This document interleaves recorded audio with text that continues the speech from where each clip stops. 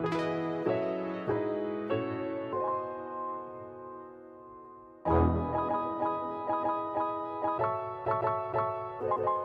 everybody. Welcome to this International ISNS Wisdom Session. It's so great to see your faces and to connect with everyone who's here live. For those of you who don't know me, I'm Jason Schneider, Master Trainer of NeuroSemantics, as well as the current president of the INS USA, and I'm going to be our host today for this NeuroSemantics Wisdom Session. We have 90 minutes today for this Wisdom Session, and just as a frame, please mute your mic when you are watching, and also I encourage you to leave your camera on for the duration of the presentation, if you are able to do so that we can see your faces and be able to connect with your energy while you're here live.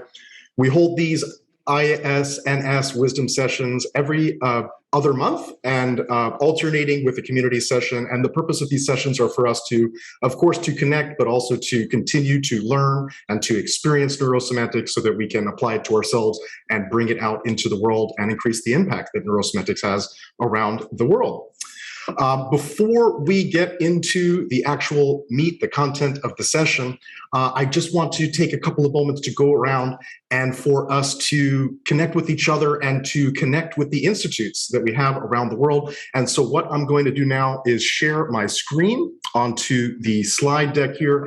And when you see your institute's slide come up on the slide deck here, feel free to say hello, unmute yourself, say hello in a way that's unique to your institute. And we look forward to hearing all of our voices around the world. So first institute is the Institute of Egypt, Middle East, and North Africa. So feel free to unmute yourself and give us a unique and warm welcome.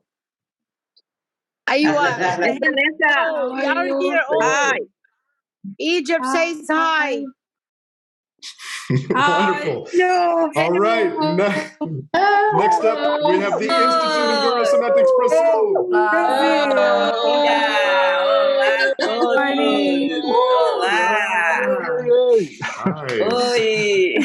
NeuroSemantics Africa. Hello, everyone. Hi, from Mauritius. Institute of NeuroSemantics Philippines. Woohoo! Must be in a different time zone. Oh, maybe no. USA. Geraldine, say hi. Woo! Say hi. Welcome. We've got Institute of NeuroSemantics Australia.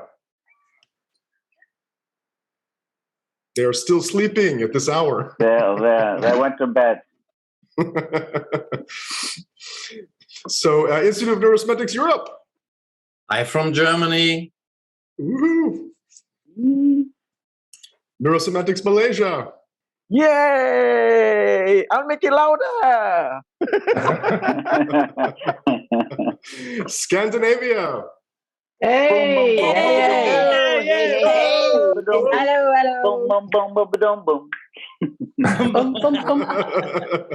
Hong Kong and China Institute. Hello, 大家好。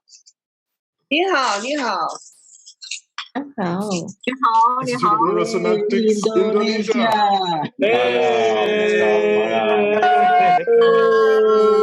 Selamat malam dari Indonesia.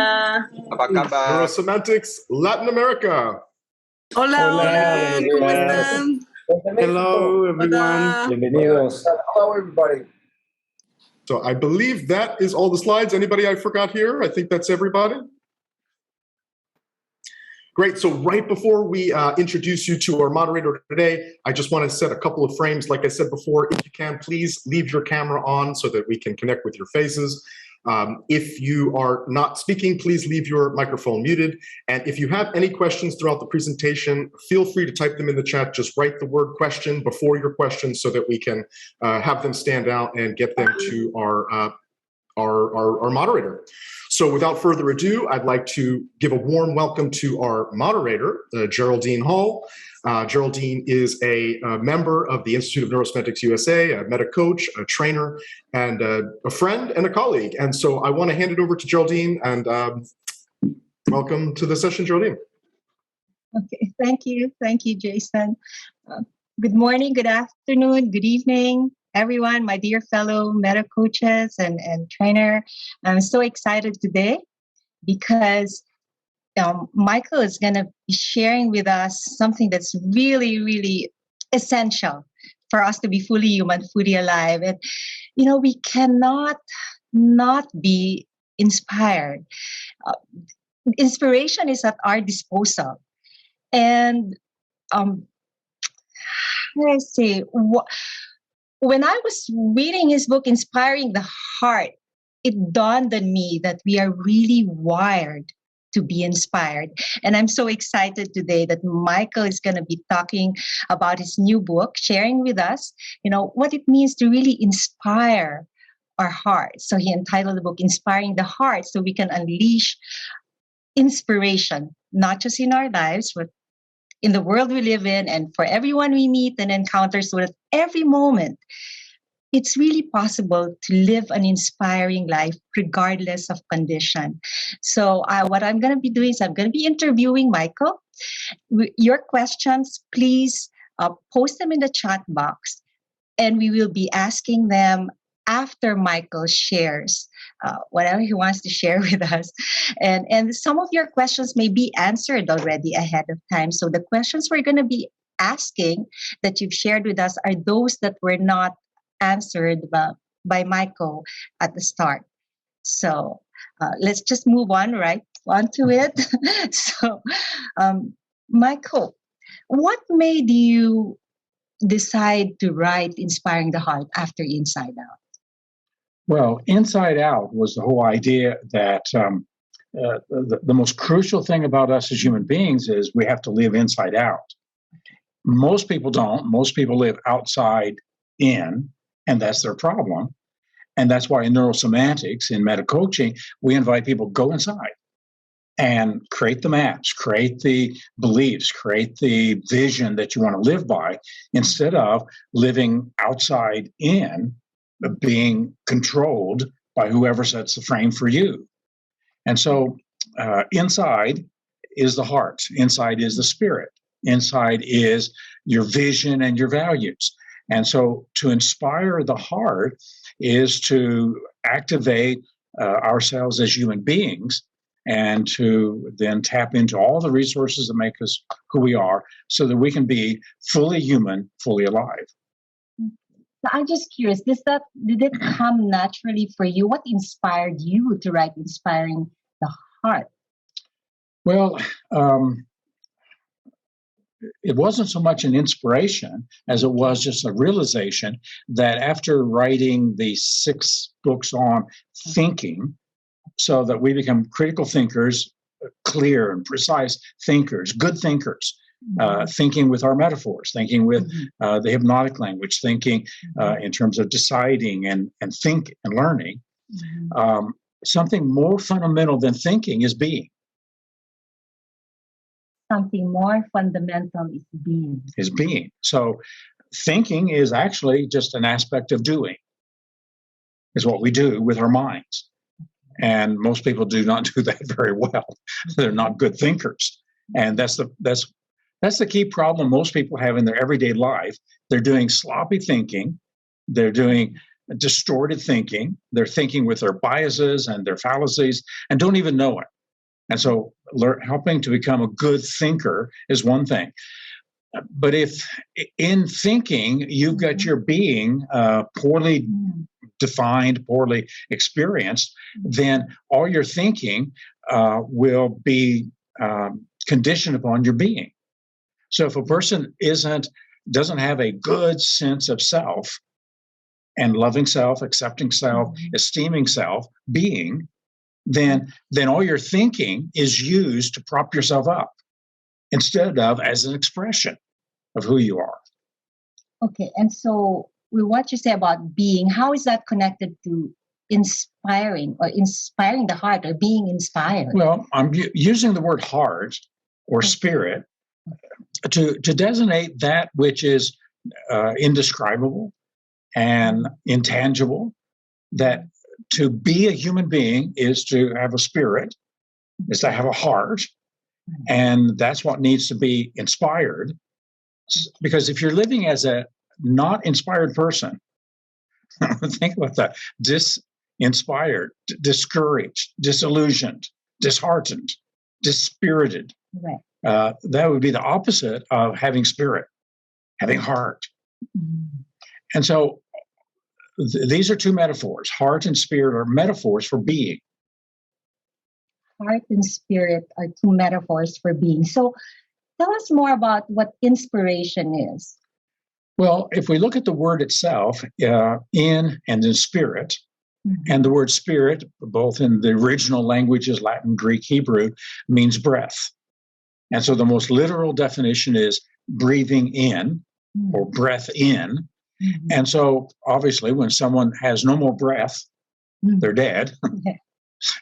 And sometimes for a person who may have a heart attack and lost their breath and they're not breathing, we breathe into them. Right. It goes to the biblical statement that in the beginning, God breathed into man the breath of life. So we can also see that when a person is dispirited, discouraged, depressed, how do they breathe? Well, they hardly breathe at all. Very shallow breathing. They're not. They don't have a lot of breath. When you get emotional in a positive way, what happens to your breath? Well, you might be hyperventilating. You got more breath. There's more spirit. And how are you breathing when you're inspired? Yeah. Well, so the word means to have breath in, and so now the metaphorical question is what puts breath or spirit or heart or courage into us? Yeah. So what? What is it then? So using that as a metaphor, right. Metaphorically, what breathes heart, spirit into us is meaning. Oh. So we're born without meaning. Meaning is what we have to make. We're meaning makers. And so if you find a person who is inspired, they've got rich, robust, vigorous meanings driving them. So meaning is key. Yeah. When I keep on hearing from you. I mean, from most of your talks and presentations, even in your books about like, we are meaning makers. At first, I thought it was just like, yeah, okay, yeah, that's right. When you hear after reading your book, it's like, yes, we are, and we have that power within us, and so we can inspire ourselves because we are meaning makers. Tell us more about the structure of inspiration. Like, how does that come about? Well, the meaning that you make is the quality of your life. So we can make a measurement. We can do kind of a gauging and a benchmark on a person's quality of life by the quality of the meanings that they construct. And so if a person is constructing positive, optimistic, contributing meanings to whatever is happening to them, then they'll probably be having spirit or heart, that energy, that motivation to live a more passionate life. So are you saying that people who are inspired have more meanings? They're full of meanings. It's meaningful to them. Right. Whatever they're doing, that's why they're more inspired. So with meanings, there's two dimensions. The first dimension is it makes sense. Because imagine someone who lives a life and what they're doing on an everyday basis doesn't make sense. It's senseless. They'll feel futile. They'll feel desperate. Like, is this all there is? A human being cannot live healthily without making sense of things. When we can't make sense of things, we are at a critical choice point moment to now learn and think and make sense of things. What is this? How does this work? What is its significance? Are the basic meaning questions that we're going to be asking, because we need to make sense. But after things make sense, after we figure out chemistry and psychology and history and sociology, after we figure out all the disciplines of life, we have to have significance. So after sense comes significance. Is it significant? Is it valuable? Is it important? Does it make a difference? And that goes to meaningfulness. What comes to mind right now is you're sharing it. So when people are doing things or living things according to what's significant to them or what's valuable to them, or living in accordance with their values, then they become more inspired. Right. Okay. So inspiration, being inspired is really very important. No, it's critical. It's critical. We become mentally, emotionally unhealthy when we don't have sense and significance, meaning and meaningfulness. And so everybody who needs a coach, needs a therapist, it generally is struggling with how does this make any sense? Or what is the significance for my life in feeling like I make a difference? So is it safe to say we're just not looking for meaning? We're actually looking for, or even meaning for us, we're actually looking for inspiration. Is the search for an inspired life?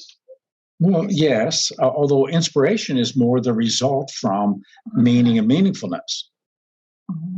Okay. So at first, when we're children, whenever we find something that makes sense, we have a sense of thrill and desire and delight. It makes sense. Even as adults, when you come across something that for you is confusing and you study it a little bit, and then you have those ahas, it makes sense. And people have a thrill, and that thrill, that joy, that pure joy, is the joy of connecting the points, connecting the dots. And so that's a form of inspiration.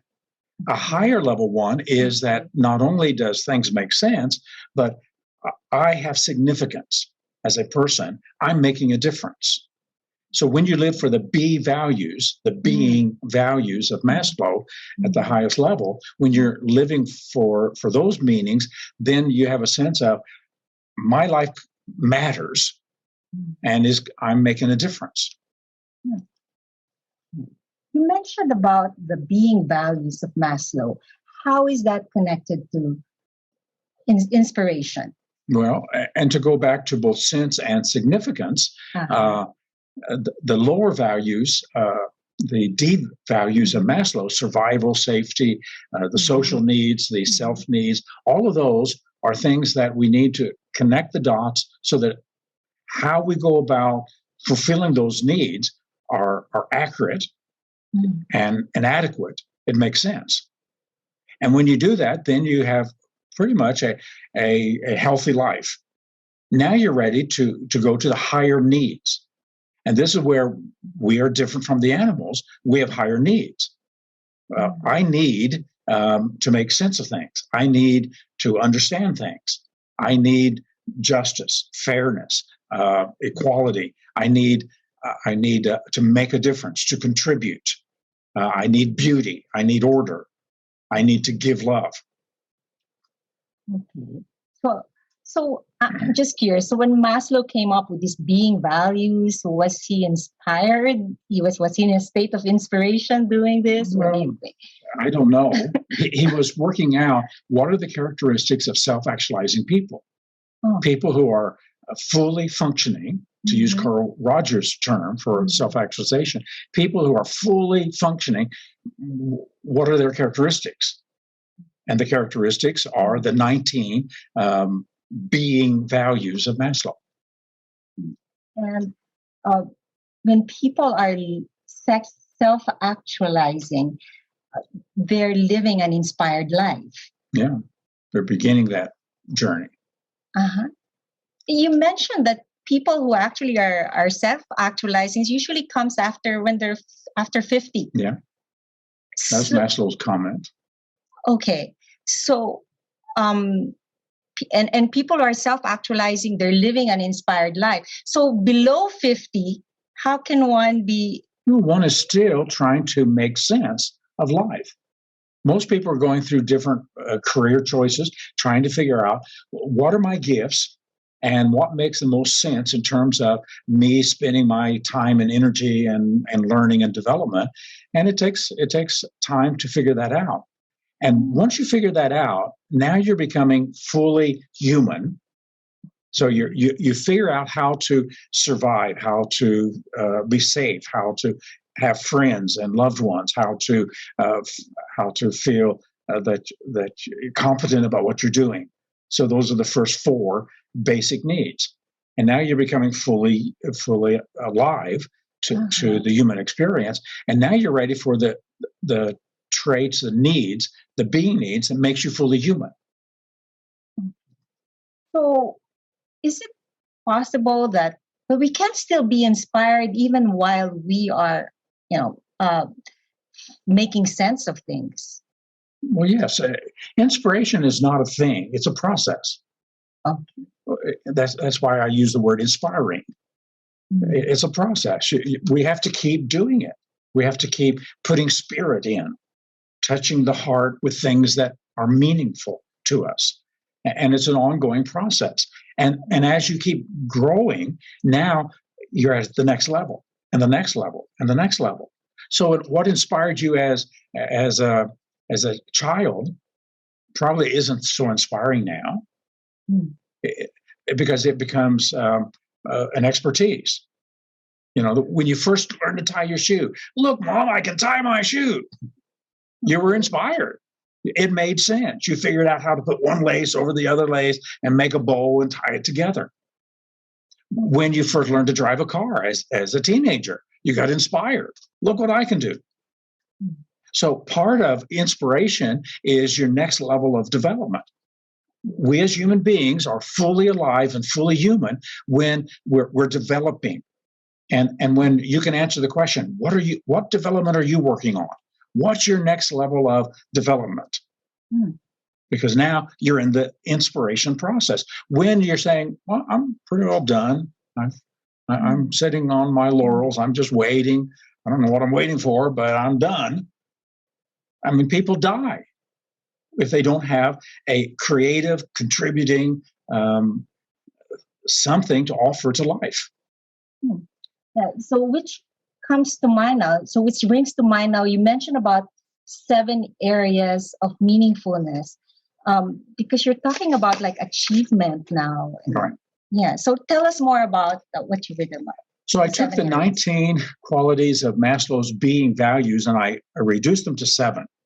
And these 7 seem to be core facets where you need to make meaning and you need to make meaningfulness out of these 7. The first is knowing. Knowing can really excite us. Look at a little child. Look at a person discovering something new. Knowing satisfies that mental desire to understand and comprehend. And so we're meaning makers, and that's why we get a thrill and we have the aha when we're learning. The second is doing, or actions. And so what I just said about the children, the actions, that there's something inspiring when you develop the next level of achievement. And so why do people get so excited about they achieve something? And it can be the simplest thing. I learned to play the violin. I've achieved something. I've memorized this particular poem. There's a sense of completion and excitement and inspiration because I've done something significant. You put those two together, meaning and performance, which is the meaning and performance axes that we use in NeuroSemantics, and now you've got the synergy. So some things are synergistic in that it is just the right amount of meaning and knowledge, and that puts me in the flow zone. That puts me in the genius zone. And now what I'm doing is synergistic. The experience is that it's something more than and different from the sum of the parts. And that's why when you're in flow, you have that joy and that delight because you're fully and absolutely engaged. And that's what we do with APG, get people to learn how to get into the flow zone when they're in that full optimal engagement state. After that comes joyful collaboration or loving collaboration. So because we're social beings and we got a social brain, we're not satisfied if we're not touching other people's hearts and minds, contributing. And so there is a natural joy to human beings when we collaborate.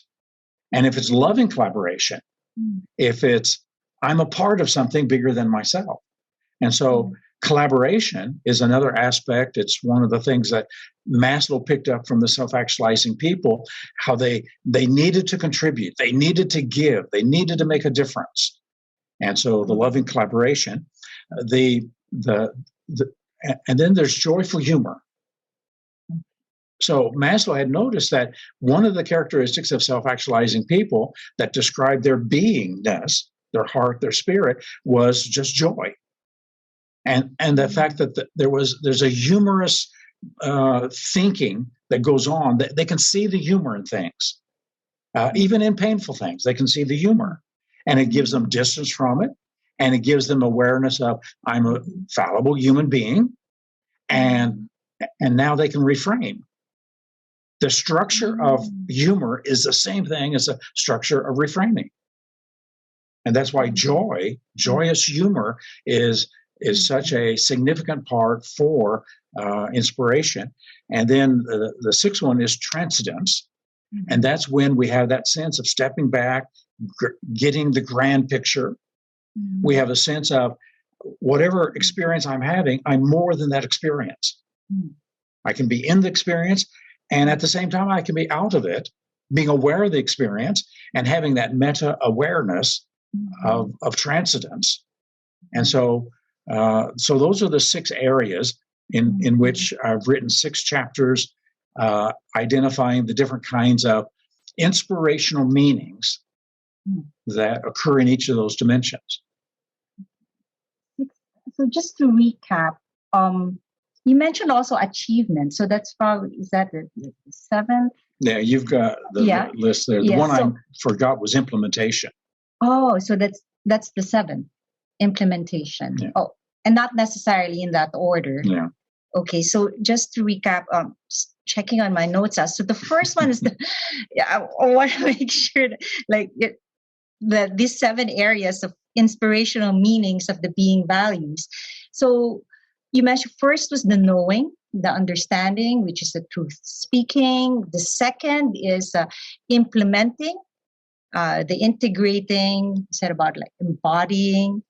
The third is meaningful synergy, the beauty and excellence. The fourth is achievement, completion, greatness.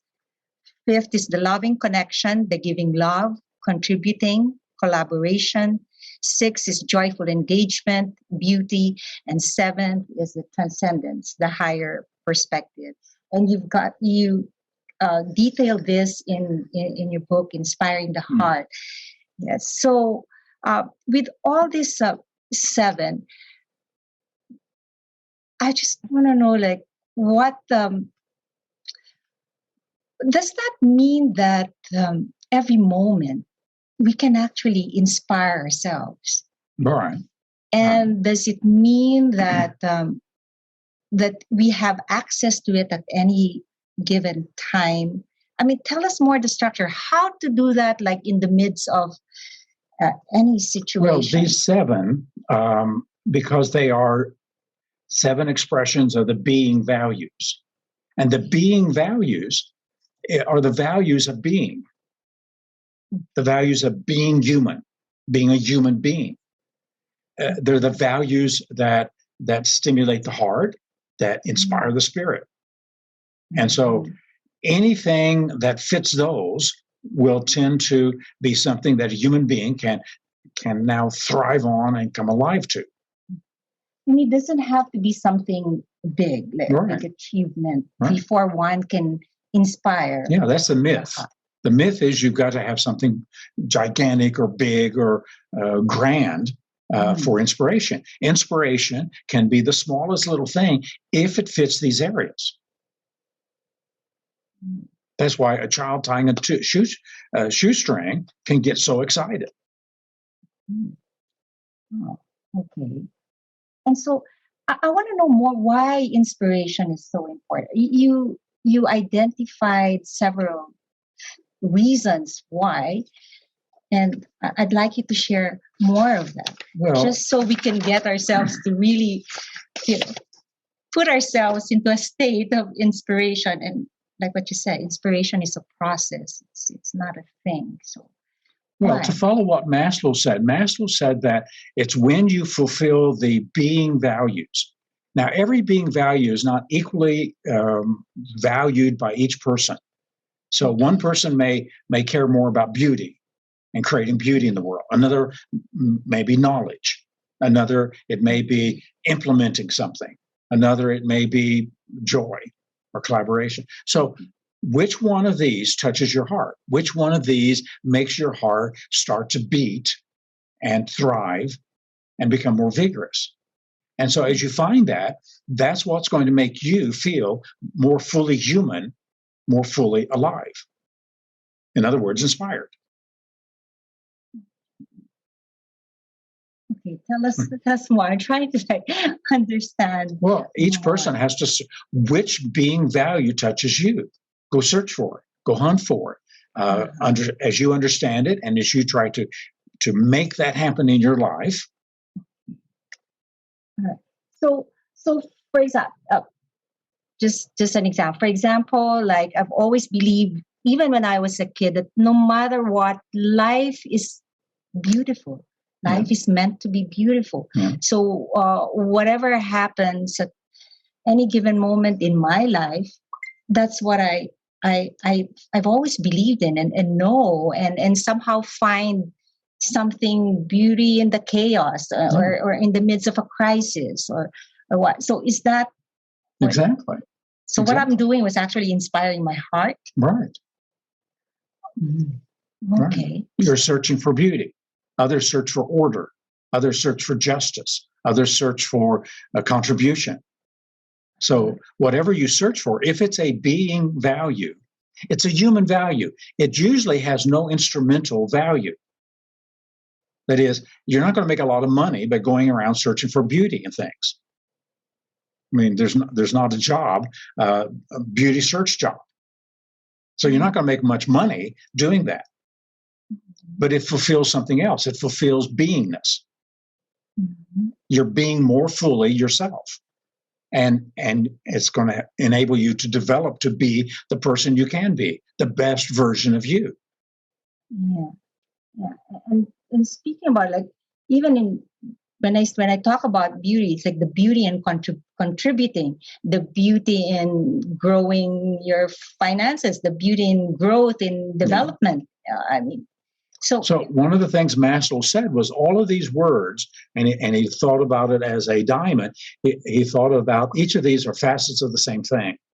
You can look at it as beauty. You can look at it as order or justice or truth or contribution or making a difference, that they're all speaking about the same thing, beingness.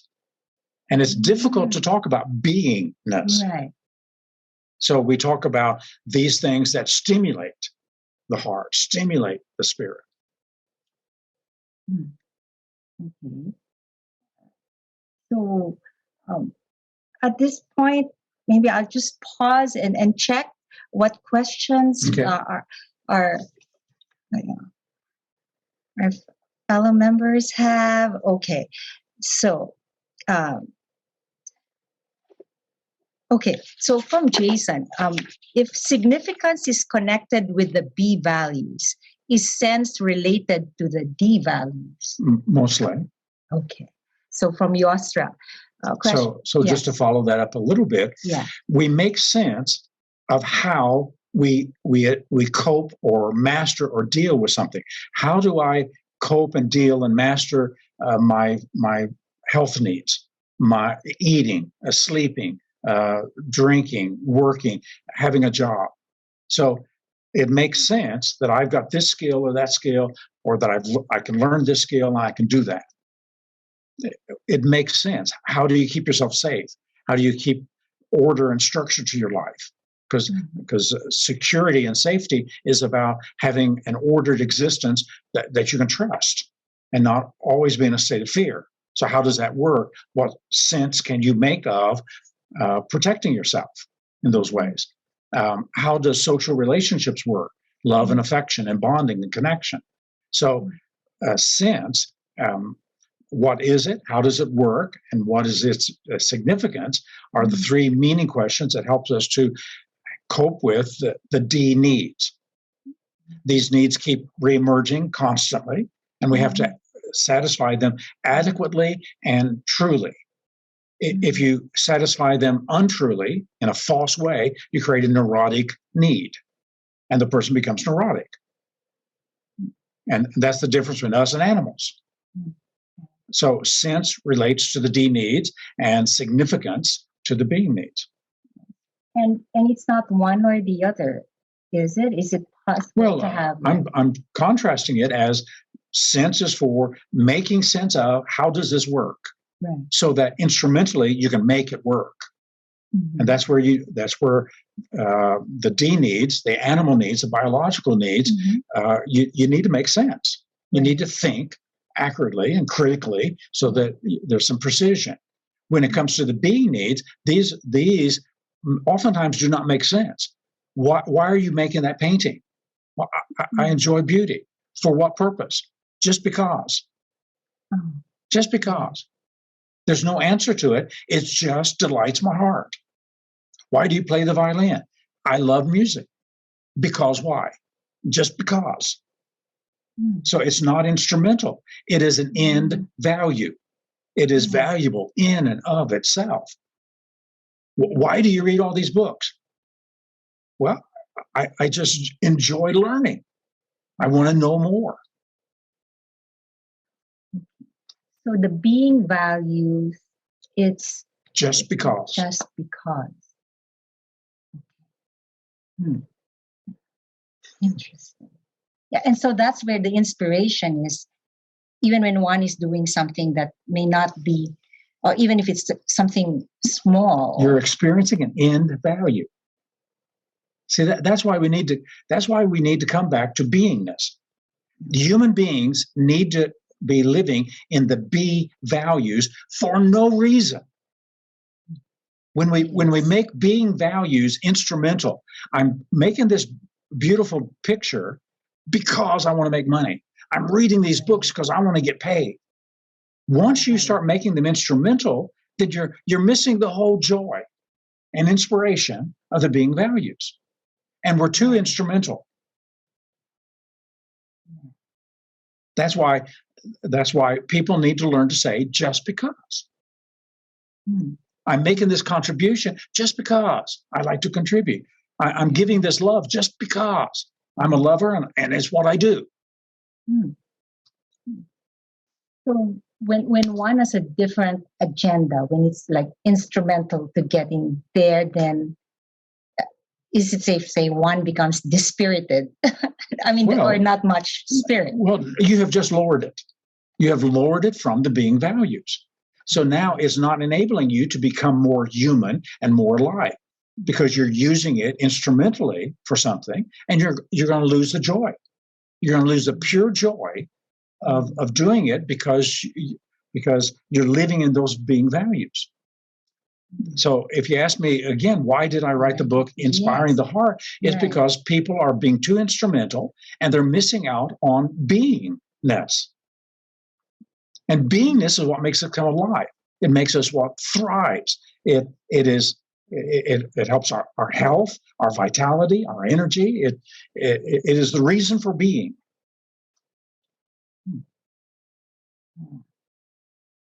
So this is really getting more and more interesting because I'm experiencing right now this conversation as something more. It's becoming more, beingness is becoming more tangible, more real.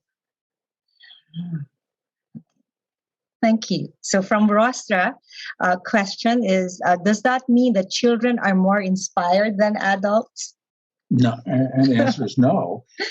It takes less to stimulate them because they're at much lower developmental stages.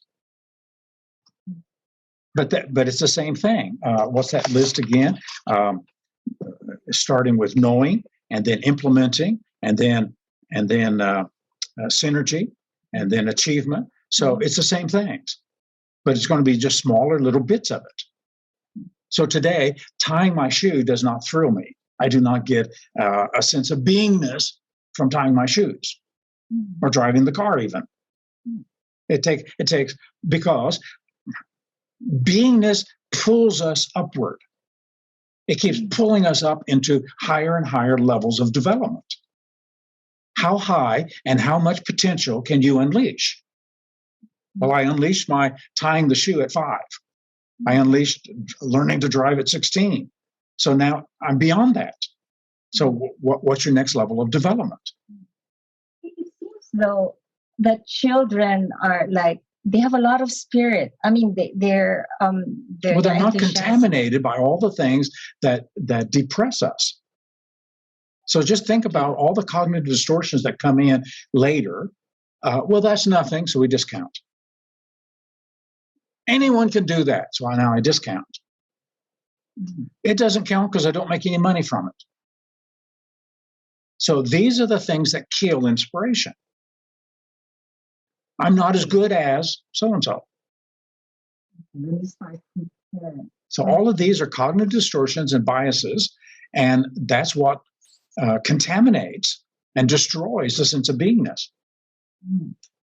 Consumerism. I wrote a whole chapter in Inside Out on consumerism, and it's a killer of beingness. Because then it's like, I got to own, I got to possess, and consume more, consume brand names. And people think that's the reason for living. And it kills inspiration. It kills the inside. I was just like thinking of like, based on the question of Yostra about children they seem that they're more inspired because they have this like their aliveness, their curiosity, and this childlikeness that childlikeness, yes. That's what we need to keep, and that's what the joyful engagement's all about. The joyful humor is keeping that childishness, that simplicity, that naiveness, being able to keep that with your sophistication. See, they're not sophisticated enough to not just have that pure joy. But we send them to school and we teach them to kill the joy. So this for the children, despite they seem more inspired, is because of the quality of childlikeness, which you're saying that we as adults the childlikeness, yes, be key. Yes. Okay. All right. So from Ronald, what are the most prevalent meta programs in the inspiration process? Well, it would be, of course, toward, and it would be the optimistic one, the best scenario one. Those would be some of the ones that would fit there. There would be number 59, beingness, overdoing and having. You mentioned also in your book about hope. And what is the connection of hope with inspiration? Well, it's another synonym. So when a person has hope, they are joyfully anticipating that something is possible. So possibility thinking. So they're hoping, they're joyfully anticipating and hoping. And if it's solid hope, if it's not false hope, if it's true hope, then it's founded upon facts. And it's founded upon the truth speaking in everyday life. And so now I have hope that I can develop the skill, hope that I can achieve this goal that I've set, hope that that we can create this collaboration. So hope is a joyful anticipation of a possibility. It's pulling us into the future. It's a future-oriented perspective. And before it is hope, it is just desire. I desire this, but I don't hope for it because I don't anticipate it happening. So hope requires that you're doing something and patiently persisting at something so that you can make it happen. And before hope, there's desire. Before desire, there's wishing. I wish, but I'm not committed to it. I desire it, but I'm still not doing it. Hope is now I'm implementing. So when you have hope, you've got meaning. You've got that implementation going on, and now it's creating that synergy. And out of that comes this gestalt that we call hope. So hope is it's not an emotion. It's a orientation of looking at the future and seeing the next levels of development and beingness, and now hoping for it. Hope becomes rancid and toxic when it becomes expectation. I expect. And people ruin their inspiration by now, I expect, I demand. It has to be. And so we need to keep it back from expectation, because once you expect it, you just lost all your spirit. Okay, so there's a difference with the joyful anticipation, looking forward to something, and expectation. Yeah. With expectation, there's a demandingness. There's a demandingness. It becomes like a should or a have to. Exactly. Okay, when it's joyful anticipation, is like even when you haven't reached what you wanna get to, the process there's enjoyment of the process, and you said that hope is synonym of inspiration. So one is inspired in the process of joyfully anticipating something that once. Okay. Now you have to give up the illusion of certainty. The illusion of certainty kills hope. Because if you're certain, if you know, if it's a sure thing, then you're not hoping. So hope occurs in an uncertainty. Hope occurs sometimes in a state of confusion because it hasn't happened, but you're hoping. You don't know that it's going to work. You're hoping. Once you expect, then hope's over.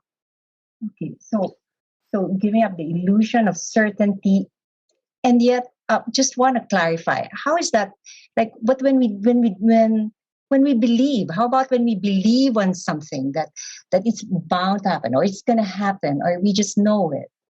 Well, so what's the difference? Am I confusing two things? Yes, you're confusing several things. Okay, like what? Yeah. Well, you want to believe that it's possible.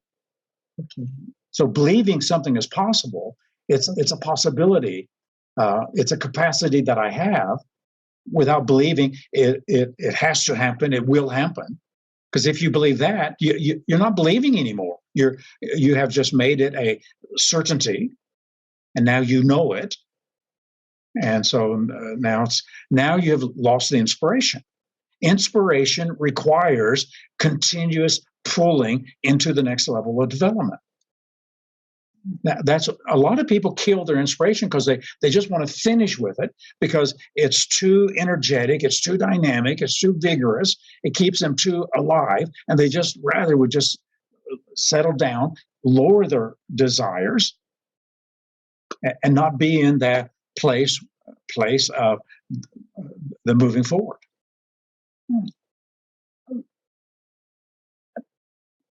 Let's say like a practical example of what you're saying. Like, for example, after, let's say after people take ACMC or any seminar, okay, and one becomes like hopeful, like for example, okay, I think I can be a good coach. I know I can be a good coach, or I can be a good trainer.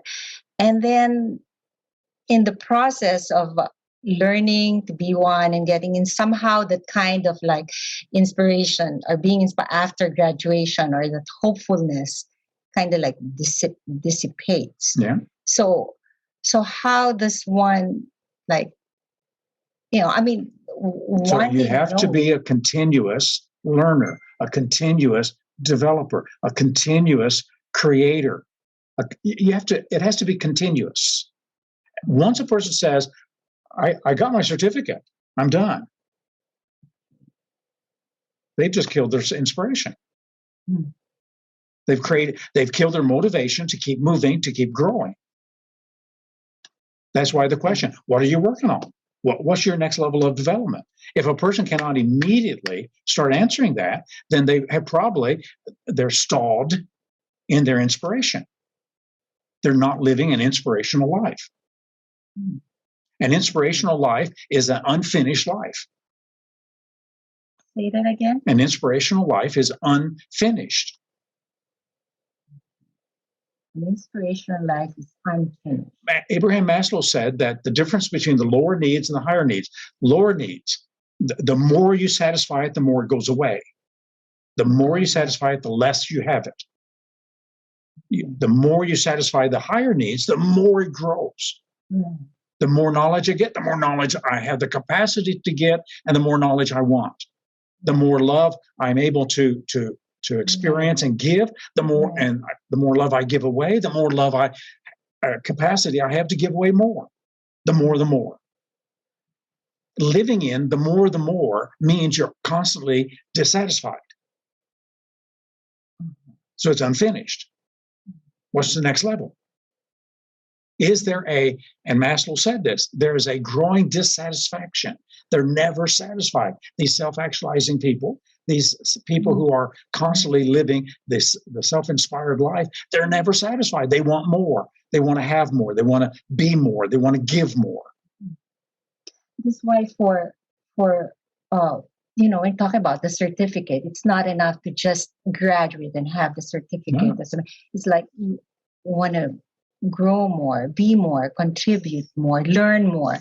Yeah, we should just have the certificate and just hold it out in front of them.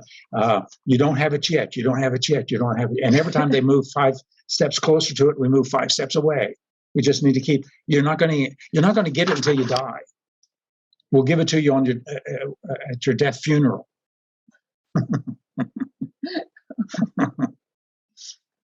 Because once they think they have it, it's disastrous to the human spirit. I have it. I know it. I'm done. I'm finished. And that kills the human spirit. So what else kills the human spirit? Well, discount. So now we go to some of the meta programs. Discounting. Every perfectionist who discounts is killing their inspiration. Every person who compares yourself with someone else instead of compare yourself with yourself. Are you growing? Are you developing? Are you becoming a more loving, caring, compassionate, humble person? Compare yourself with yourself, not with others. Consumerism will kill it. Because if you think it's about having, then you're missing out being. So there's lots and lots of things that will take the spirit out of a person. And I've got a whole chapter on all the blocks to inspiration in the book. Oh, okay. So we have more questions here.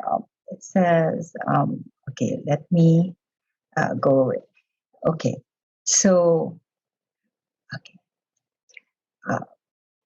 from Edith, for those operating from pessimistic, what can we do to really inspire them if they feel they're too late to learn or feel ashamed for learning? Yeah. Well, those are the beliefs that kill the human spirit. Okay, which brings to mind actually my question that's connected to what Edith was saying about how do we communicate inspiration to people who are not inspired? Well, first of all, you may have to clean things out, clear the path so that they can be inspired. think about inspiration. Think about putting new paint on a car that's all rusted. If you spray paint a car that's all rusted, the paint won't stick. First, you've got to sand off the rust. So sometimes you have to unlearn. This is the place for unlearning. If a person has learned a pattern of pessimism, they've got to unlearn it, because you can throw all the inspiration in the world at them and it's not going to stick, because you need to prime them so that it will stick. And so that's where unlearning comes in. And that's where changing a belief comes in. We need to change that meta program. That's where change comes in. That's why coaches and trainers, that's our job. We're change agents. We help people make those changes. And if you don't clear out things, and you just add things, that's why it won't work. Okay. So how do we inspire someone to unlearn? Forget inspiring right now. Focus on unlearning. I mean, being inspired to unlearn. Is that possible? The pain will take. This is where the away from is the key. Okay. Don't put the carrot out in front of them. Use the stick. If you keep using, I'm too old to learn. It's pessimistic. Things don't change. If you keep doing this, what are the pains that you're having right now? How much worse will it get if you keep doing this for a year, for 5 years? What other symptoms will come? What opportunities will you miss? You've got to use the stick, the away from.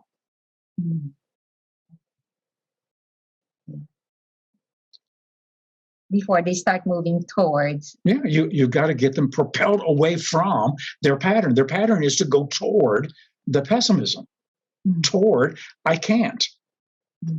And you got to make it so painful they'll stop moving toward that and away from it. Acts as a change. So from Ronald, Ronald already. He asked about the meta program. Oh, another one is he asked, aside from the discounting, comparing any other meta programs, pessimism, any other additional meta programs? I'm sure there are, and I'm sure it's in the book. Oh, okay. So, from another question from the Inside Out Wealth, your introduction to passion, potential, and profits, the 3 Ps, to find the vocation. Is it still relating to the being values? Well, it's a combination of both the D values and the B values. In Inside Out Wealth, we talk about what's your talent. What can you actually do that's going to add value? So you need to base it upon your strengths and your opportunities. And so finding your strength, knowing yourself, developing yourself so that you have that contribution that you're going to make that'll be a value in an economic engine in a given society.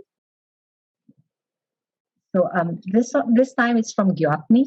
When you say hope, joyful anticipation, is there an effort, an action, or just passive? Or No, passive waiting? It's completely dynamic.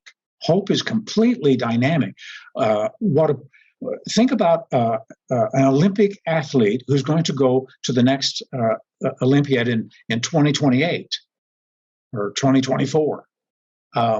They're hoping to go to the Olympics. Mm-hmm. And every day they're exercising, they're working on their discipline, they're going to national meets, they're competing. It's dynamic. You don't hope to go to the Olympics and just sit around on your couch eating potato chips. Mm-hmm. So if you hope, it's dynamic. If you're wishing, you're sitting on the couch eating potato chips. I wish I could go to the Olympics. Or desire. I desire to go to the Olympics. Why don't they pick me?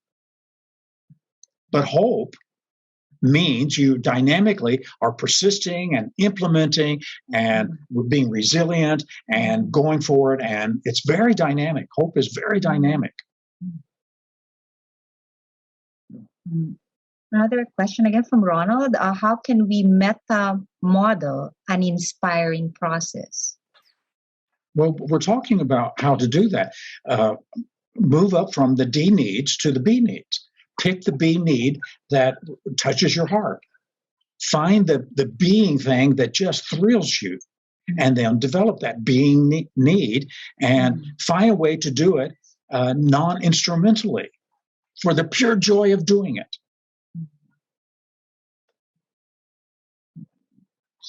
So that's how we're meta-modeling it. We're meta-modeling it by identifying these 7 key areas of the being needs and values. And then I've got a chapter on each one of these 7 about how to do that. So something that's valuable, significant to us, and we focus on that. When you say, okay, so what's coming to mind right now is like as a coach or even as a trainer, when we ask, why are we doing this? Right. Why does this person want it? Why is it important to you? Why is it important?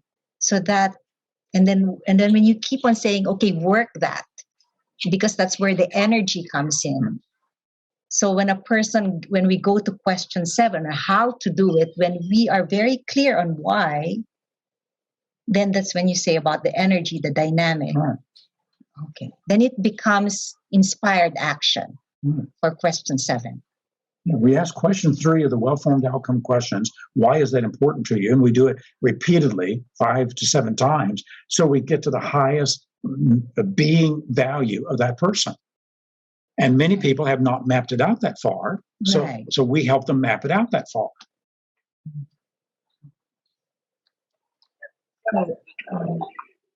Okay. So from Marva, what is the difference between expectation and intuition? And does intuition kill inspiration? Yeah, intuition is a big myth today. People use this word and they don't know what they're talking about. And there's no such thing as intuition that is not learned. All intuitions in human beings are learned. We have no intuitions that are not learned. So there's all kinds of research on this, and that experts who have intuition, it's because they got 10 years of expert experience in a field. This is what Malcolm Gladwell identified when he talked about blink. And then there was another author who wrote the book Think as a answer to Gladwell's book Blink. But intuition means in knowledge. That's what it means in Latin, in knowledge. Tuition is what you pay for when you have a tuition to a university. So it's in knowledge. And the fact is, we humans are born no knowledge. We don't know how to feed ourselves. We don't know what predators come after us or what predators we are. We don't know how to take care of ourselves. We know nothing. We know nothing when we're born. So everything you know, every intuition, you learned it. And you learned it in a healthy environment. You learned it in a dysfunctional environment, which is why some people's intuitions are completely off.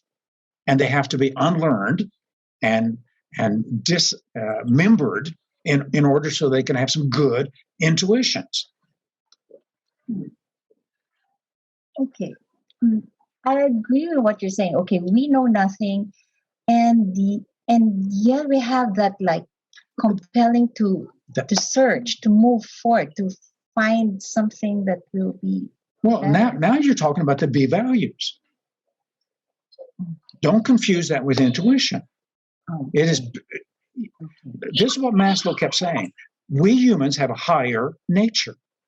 Right. And that higher nature moves us forward to become fully human. It's an ongoing process. That higher nature, that's why the transcendence that he's talking about. I would recommend everybody listening to this, stop using the word intuition. Stop using it. It's a myth, and it's a misunderstanding that most people will run off thinking that they've got some magical knowledge inside their body. whatever they know, they learned. Whatever they know, they learned. And we will help ourselves if we, as a neurosemanticist, if we stop using the word intuition, and every time it comes up, define it accurately. Same thing with dissociation. There is no such thing as dissociation. It's a false term, and it sends people's minds off into false ways. You cannot get out of your body. You're always associated. It's just a question of you're associated into what? Emotion or thought. So this is where sometimes language is our problem. So, from Ronald, as the axis of change, what would be the axis of inspiration? Well, there's none. The axis of change is about change.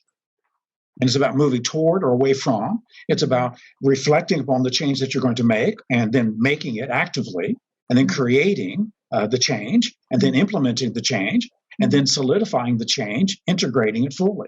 So axis of change has really nothing to do with inspiration. It has to do with change. It's our model for how we facilitate people making a change in their life. Mm-hmm. So it is a model for facilitating change people can make in their lives. Right. And yeah, one can still be inspired to change. Well, you're mixing things up. Okay. I would recommend keep things clean and discreet. Don't mix things up like that. You just confuse. It's just a formula for confusion. Okay. All right. So how to keep that separate? When we talk about being inspired to change, what does that mean then? I don't know. You came up with that. No, because I mean, we have the desire to make a difference in the world. We wanna change. I'm guessing that most of us meta coaches and trainers, we want to inspire change in people. So how different is that when we do the model, the axis of change, and yet at the same time, infuse it with inspiration without. Let's come back to the basics again. Okay. Change is inevitable. Everybody is changing. You cannot not change. So it's a false thing. I want to change. Well, you're going to change anyway. Right. It's inevitable. The question is, you're changing into what? You're changing from what? So it's not inspiring people to change. It's helping people to develop and change in a direction that they'll be fully human, fully alive. Now you got a model. D needs, B needs. You got the hierarchy of needs of Maslow. We don't need to reinvent that. That came out of 30 years of study of self-actualizing people using hundreds and hundreds of people in their master degree program of psychology. We don't need to reinvent the wheel. So once again, cleaning up our language. So change is inevitable. So when someone says, I'm thinking about changing, well, you're changing anyway. It's a question of you're changing from what to what. Because you can't remain the same. That's the illusion. Okay, so what I'm understanding now is because the beanies of the transcendence, because Maslow, as Maslow was saying, we are of a higher nature. So that's where probably the inspiration to actually go higher, be more. And then the change naturally follows when we go for more. Right. Okay.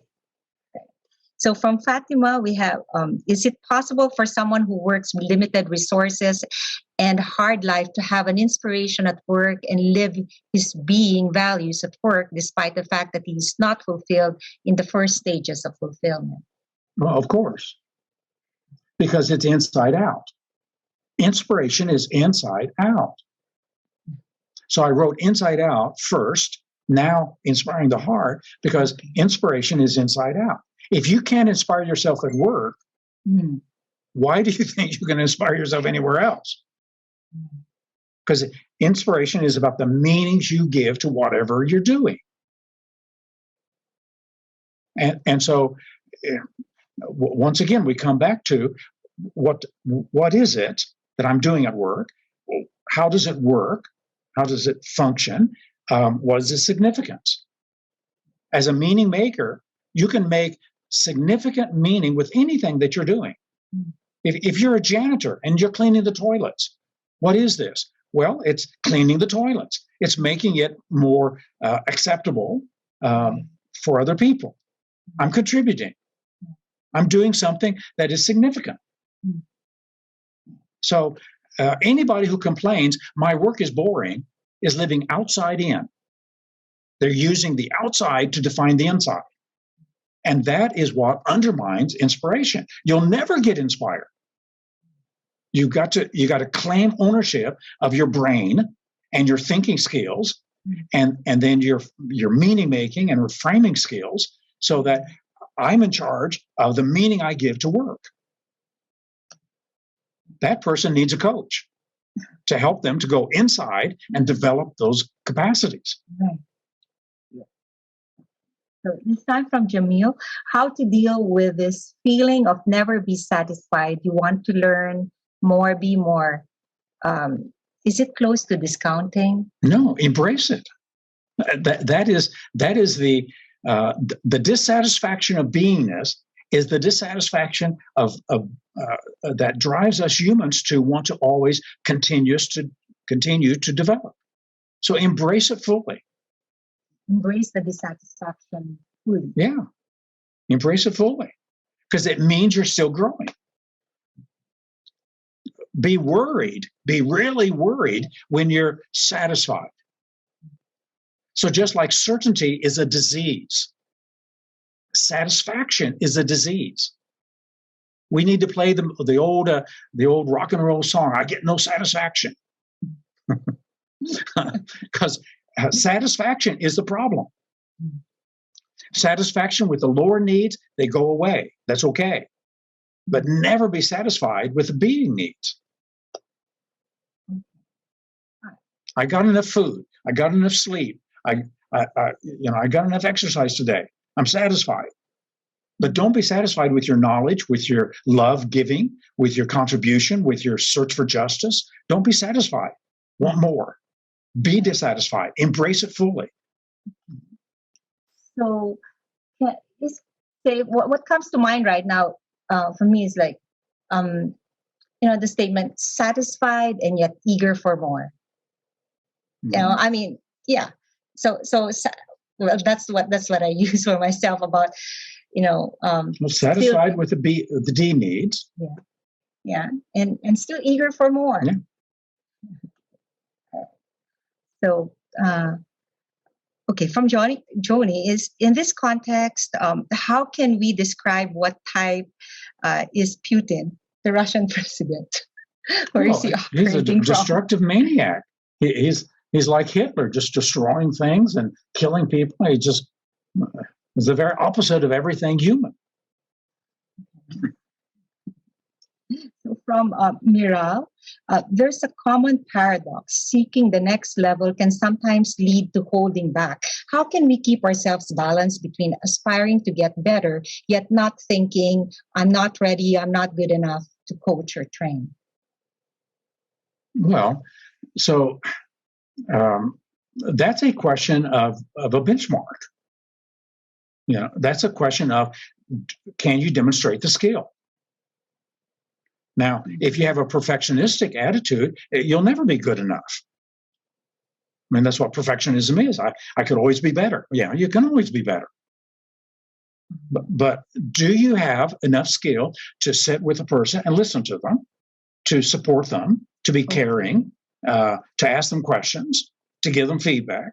Do you have the basic skills to sit with a person and be helpful? It may be at a low level, but if you... People need people who will care about them, sit and listen to them, not impose their own maps upon them, ask them good questions. And so you don't have to be a high-level skill to be able to go coach. If you know how to listen and care for a person, ask them good questions, you can coach. And the way to develop is start with the people in your life. Every day you're meeting people. So spend time listening to them. Spend time asking them questions. Spend time letting your heart reach out and care for them. And your skill will develop if you're giving yourself practice. If you're holding yourself back by not giving yourself any practice, I know one thing, your skills will deteriorate. You'll get worse. So, again, from Miral, a question is, what elements can help us balance between the toward pull of self-development and possible burnout that comes from continuously seeking the next level? So burnout is a function of stress. Stress is a function of something is on the line. Now, when something's on the line, then it's instrumental.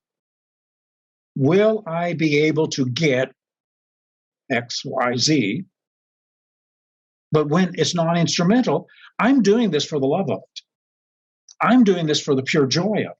I'm doing this because I have to do it. I have music in me, I have to make music. I have poetry in me, I have to write poetry.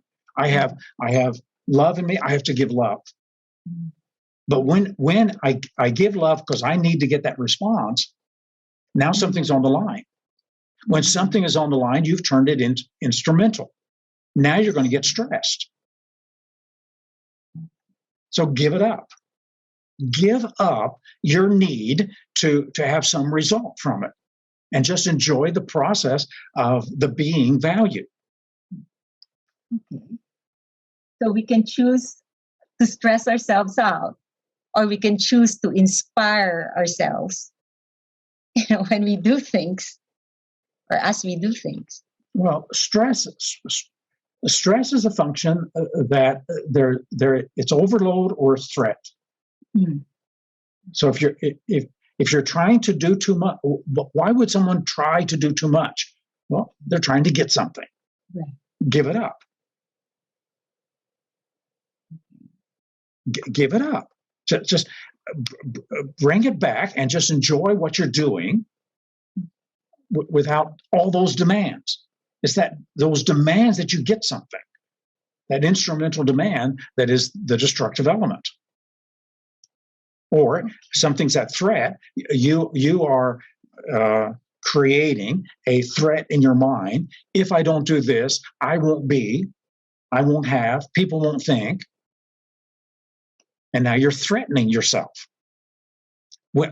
Overload and threat are the two things that activate the higher functions of the brain to send messages, danger. Then we go into fight, flight. Then we're in stress. Okay. So that's how we stress ourselves, with the overload. So how do we shift that so that it's one thing at a time? Yeah, you keep on saying one thing at a time. I read one book at a time. I read in one area at a time. So I don't stress myself. Do I have other books I want to read? Yeah. Do I have other subjects I want to get into? Yeah. But not now. Now, one thing. Okay. So I don't overload myself. So the meaning of how you talk to yourself at that given moment, instead of I have to, there's still lots of things I have to do or read. You talk to yourself, what you say to yourself is one thing at a time, and that eliminates the stress. That's why we do the genius state. Get into the engagement state. Be fully engaged with whatever you're doing. Don't try to multitask.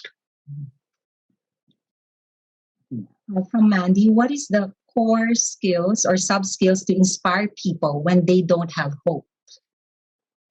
Well, hope is a function of a goal.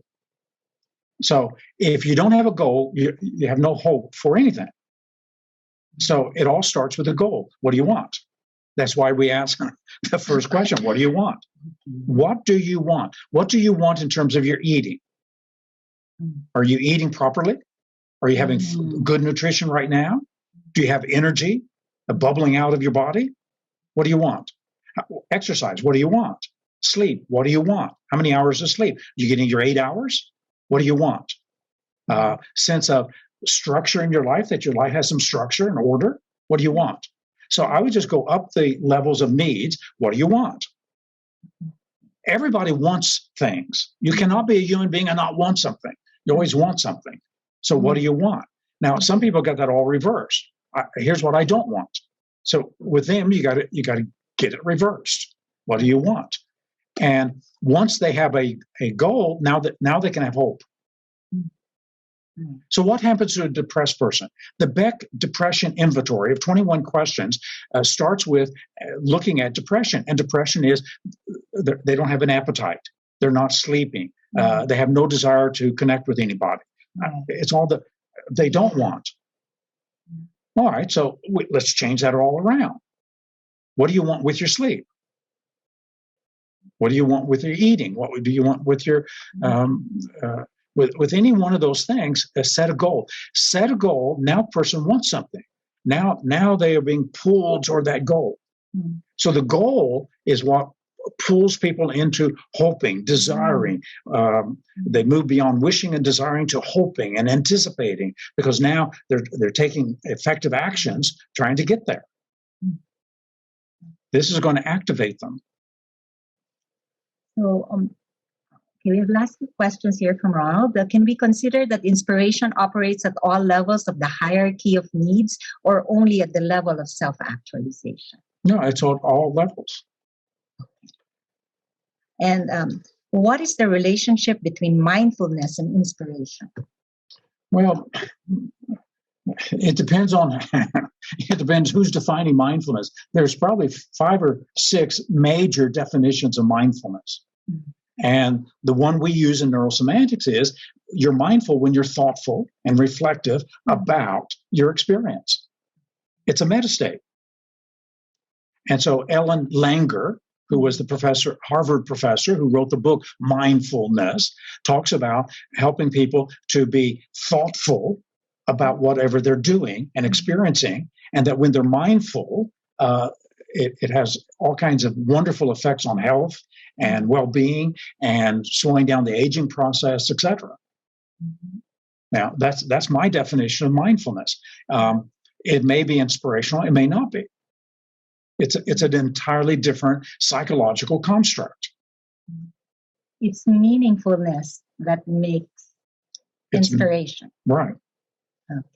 So, is there anything that because we're about to wrap up? Is there any question that we haven't asked that you would have wanted us to ask, and you can share with us the answer? Well, the most personal thing with regard to inspiration is how inspired are you on a daily basis? And how well do you, as a coach, a trainer, a consultant, a parent, how well do you inspire people?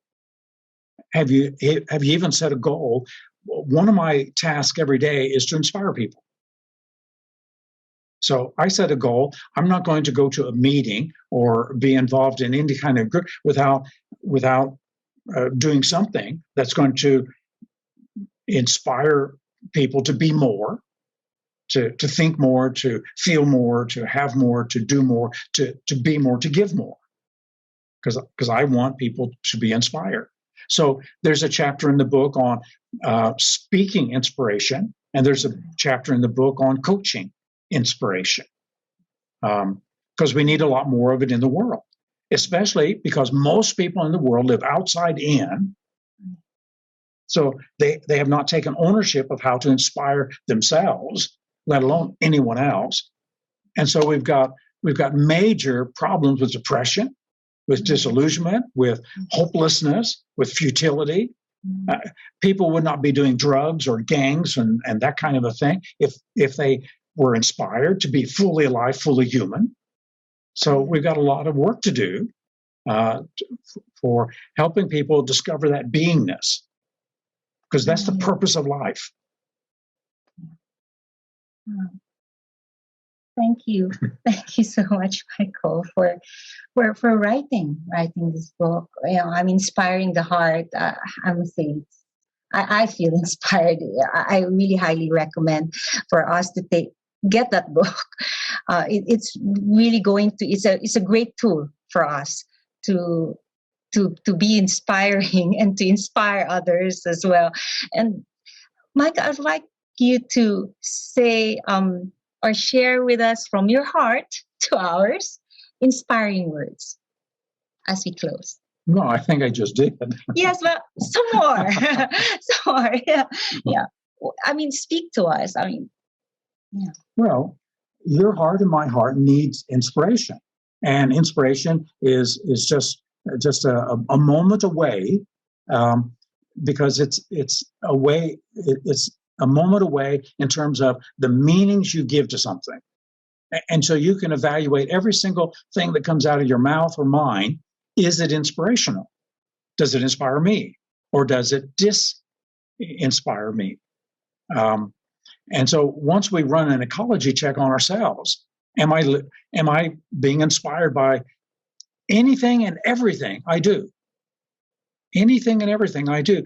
Is it creating spirit, heart, courage inside myself so that I'm seeking to be the best version of me today?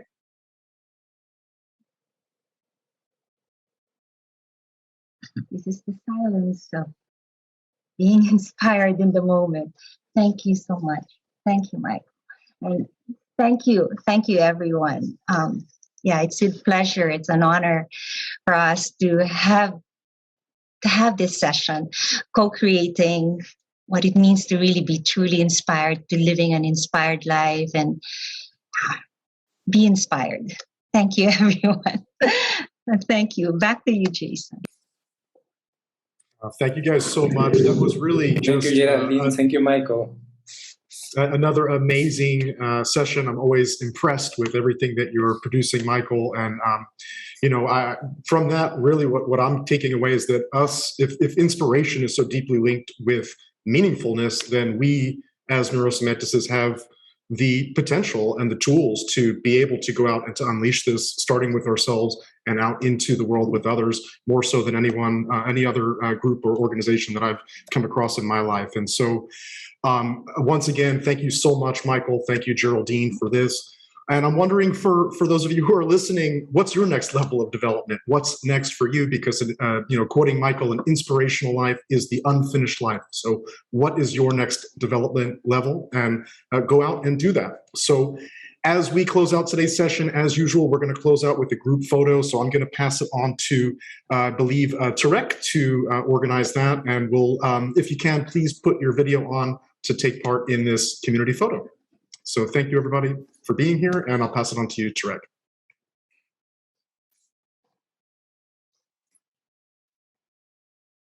Or whoever else would like to take the group photo. So let me do that now then myself, if he's not here.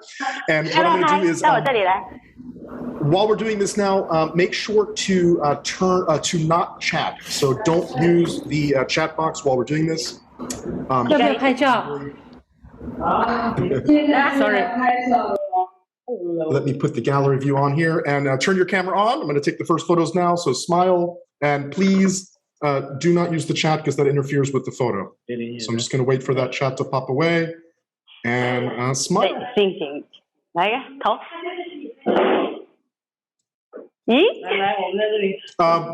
I'm going to, Marzuki, can you take the photos because it's not working on my computer here? Is it possible for you to pass it on? I love the Hong Kong China group, looking wonderful.